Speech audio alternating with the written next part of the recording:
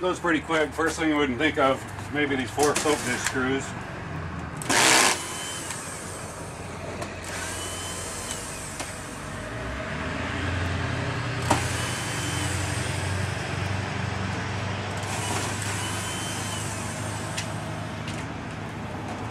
Take the soap door off. Those screws inside. The ones you wouldn't think of. You need later on. The door comes off with these 4 screws. You have 2 here. You have 2 straight here. You go for these 2.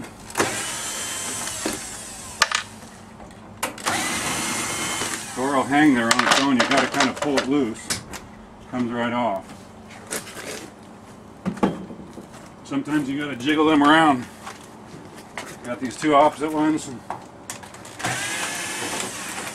This style happens to have a little plastic pit plate.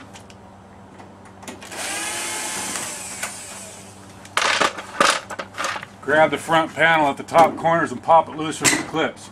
Lean it out, take it off.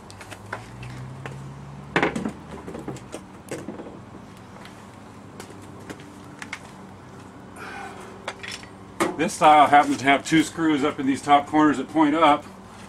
The earlier 4000 and 3000, most of them you'll see will have these plates. The plates right here. The difference in this model is all. These have a screw going straight up right here.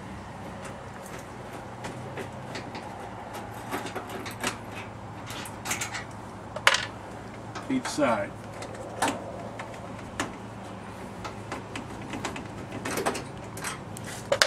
That'll get you to the point of being able to lift the lid.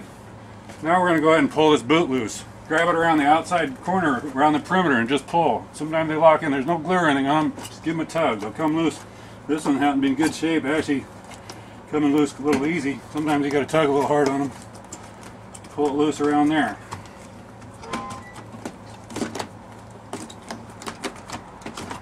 Okay, that clears the boot. Got a few more screws here. These bottom braces. You can leave them in. Just pull them out of the way a little bit. You just leave the bottom ones. Got this one has 4.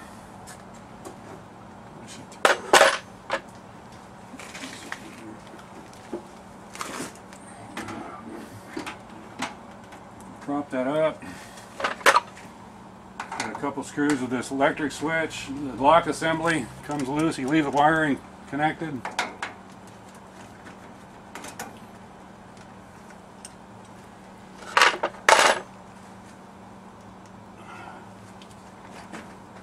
The earlier ones that have 1 Phillips screw here for the light cover. This one doesn't have it. This happens to be, this weed whacker string is your emergency door lock release. It fishes through and gets through access through the soap dish. Take that, set that out of the way. Got a couple more up here in these corners.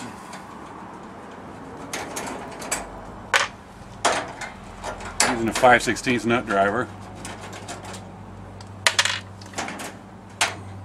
Most of them will be a dual type head with a Phillips too. These aren't.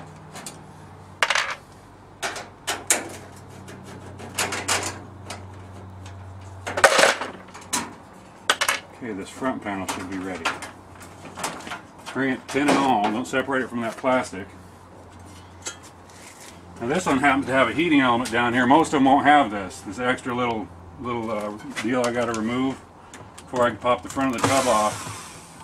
There's a wire connector. This has a heating element. Most of them don't.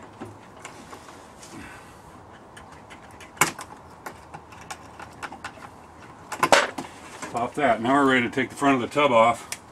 There's a dozen or so clips. There's a master one that clocks this in position. They come off pretty easy. Just kind of keep holding where they'll fly.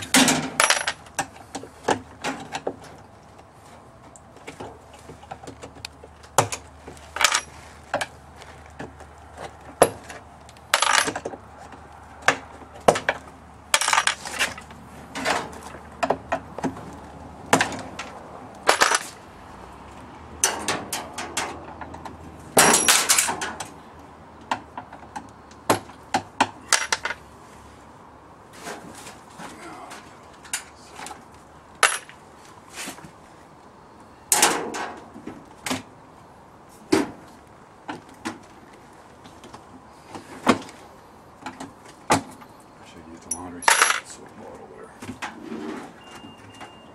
One more.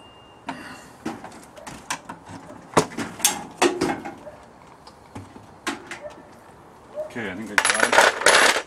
And this front will just pop off when you got all the clips. This one has a heating element, which most of them won't have that problem with this sticking in there. This gets pretty nasty along this brush assembly. Just take a pressure hose to it and clean it up. And this one ain't as bad as a lot I've seen.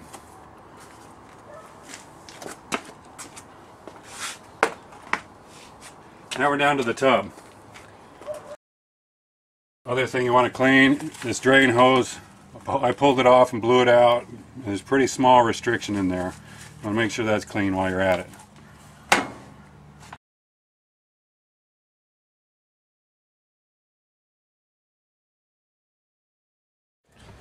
I've already taken the back side off. There's only 4 screws. This tin plate slides down out of this piece of plastic. Long ones on the top, short ones on the bottom. Anyways, so you roll the belt off, take and grab it, give it a roll, drop the belt off. I use a 9/16 socket, but you can use a wrench. Break that loose. This shouldn't be too tight. New kit has a different style washer that replaces this bent washer here.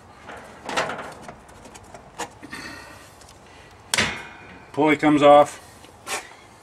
You're going to want to probably shoot. This one's a particularly dirty one. A lot of times in the back they'll be nice and clean. Usually the only front bearing you're playing with. This one's kind of funky. Need some penetrating oil. I use a PB Blaster. Get the good idea on this bad one to let it soak for a while. I might let it soak for 10 minutes. We let our PB Blaster soak on there for 10 or 15 minutes. I'm just going to use a block of wood on this one. See if I can.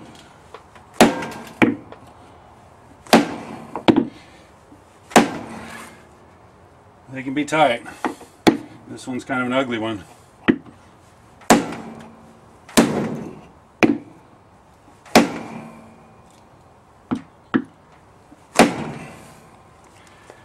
I know this one's, they're not a press fit, but what'll happen is a little bit of rust can start forming in between these inner races and they get pretty damn tight.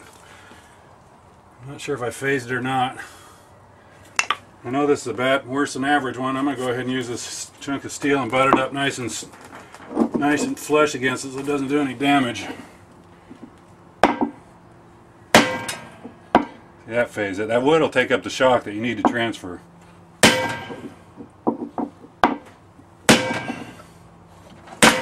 There it goes. Now it should slide right out. Lift up a little bit.